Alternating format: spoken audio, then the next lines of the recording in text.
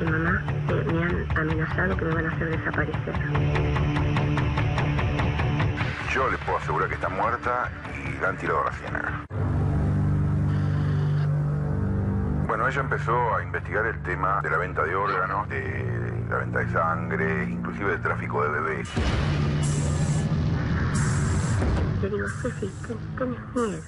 Y se sonrió un poco, como diciéndome un poco, ay.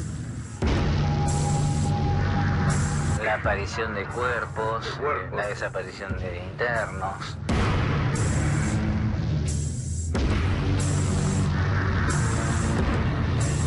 La doctora no la iban a encontrar, jamás la van a encontrar. Jamás la van a encontrar.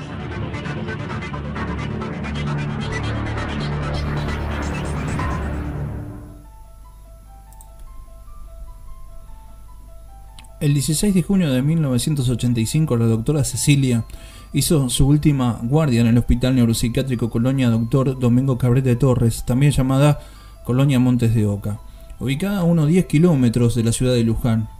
Esa noche fría, en un tramo de 500 metros, que eran los que separaban el pabellón 7, donde había atendido a un paciente de la casilla médica en donde iba a pasar la noche, simplemente desapareció.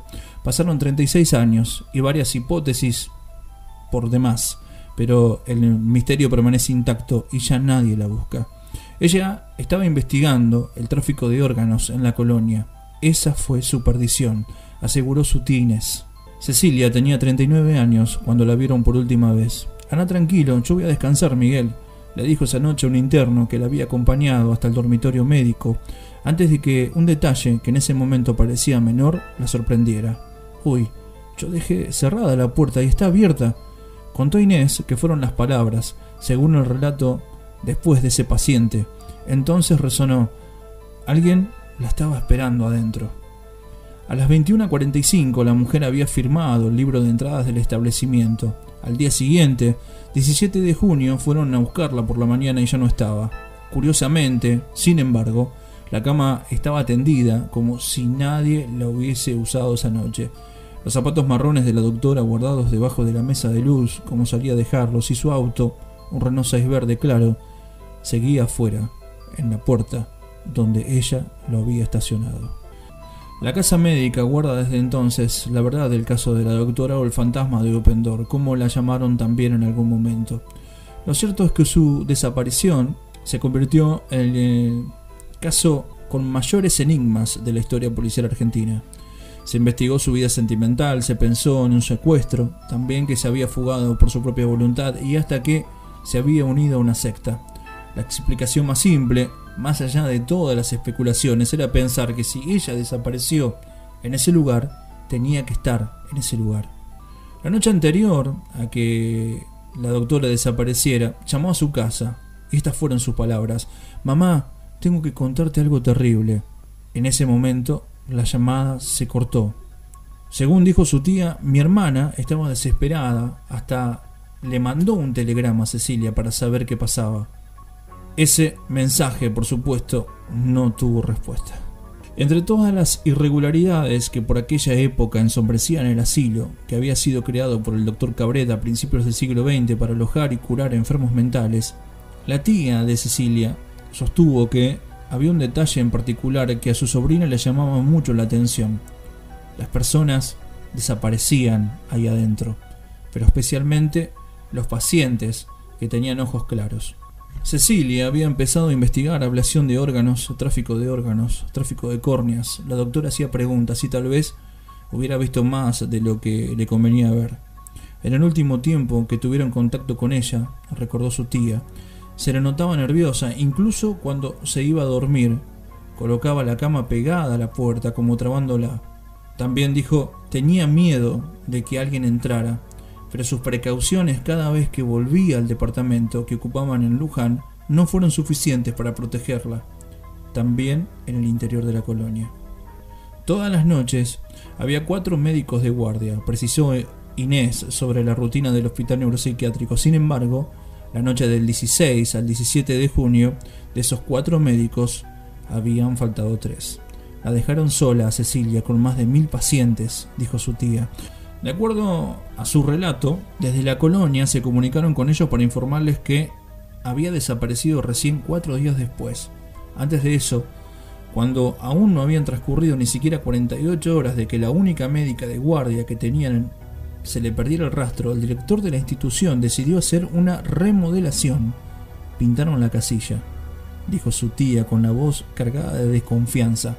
Es que si alguna evidencia quedaba en ese lugar que pudiera servir para esclarecer el caso, había desaparecido debajo de varias capas de pintura blanca.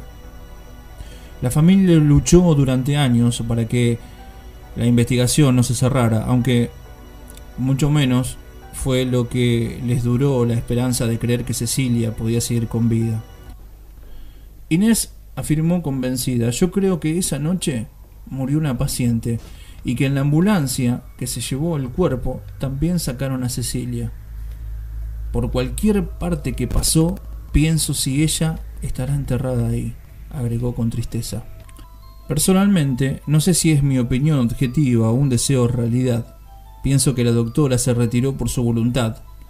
Hizo abandono de guardia, decía Florencio Sánchez, el director del hospital de ese entonces, a una nota en el Canal 13. 7 años después, él mismo y otros 6 miembros de la plana mayor del Montes de Oca fueron detenidos por corrupción. Sánchez murió en la cárcel.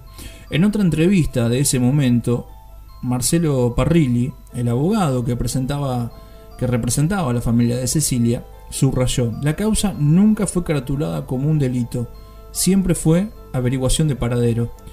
El letrado además cuestionó los 10 días que se demoraron para iniciar la investigación y en consecuencia la cantidad de pruebas que se perdieron. Otro punto polémico a la causa fue la presencia de una ciénaga que había dentro del predio de 237 hectáreas que tenía la colonia, en donde fácilmente se podían desaparecer cuerpos, tanto si habían sido víctimas de algo ilícito como si habían sufrido un accidente. Era el primer lugar en donde se creyó que podía estar los restos de la doctora, pero nunca se drenó por cuestiones presupuestarias. 2 internos del neuropsiquiátrico fueron los únicos testigos, pero aunque el dicho popular sostiene que los locos y los borrachos siempre dicen la verdad, sus testimonios no tienen validez judicial. Uno era Miguel, el interno que acompañó a Cecilia hasta el dormitorio la noche que desapareció. Cuando volvía a su pabellón, el paciente aseguró haber visto pasar 2 autos de color oscuro ir en dirección a la casa de la médica. La otra declaración la aportó la interna, que unos días después de que la doctora se la tragara a la tierra, fue encontrada desnuda y hablando incoherencias en una casilla rural. Tenía signos de haber sido abusada sexualmente, pero en su relato repetía que había visto a la doctora atada y golpeada en ese mismo lugar. A la doctora la buscaron policías, perros entrenados y hasta un parapsicólogo en los túneles y sótanos y pabellones abandonados dentro del enorme predio que se volvió un laberinto sin salida. Pero Cecilia no apareció y no encontraron tampoco ni una sola pista. La causa judicial pasó por 2 jueces y llegó a acumular 700 fojas. En el año 2000 ya prescribió y se cerró definitivamente.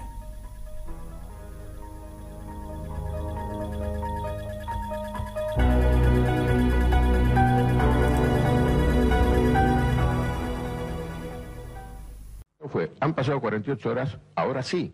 Por lo tanto, nuestro sumario está caratulado abandono de guardia. Personalmente, no sé si es una opinión solamente objetiva o que es el deseo nuestro de todos, es que la doctora se retiró por su voluntad.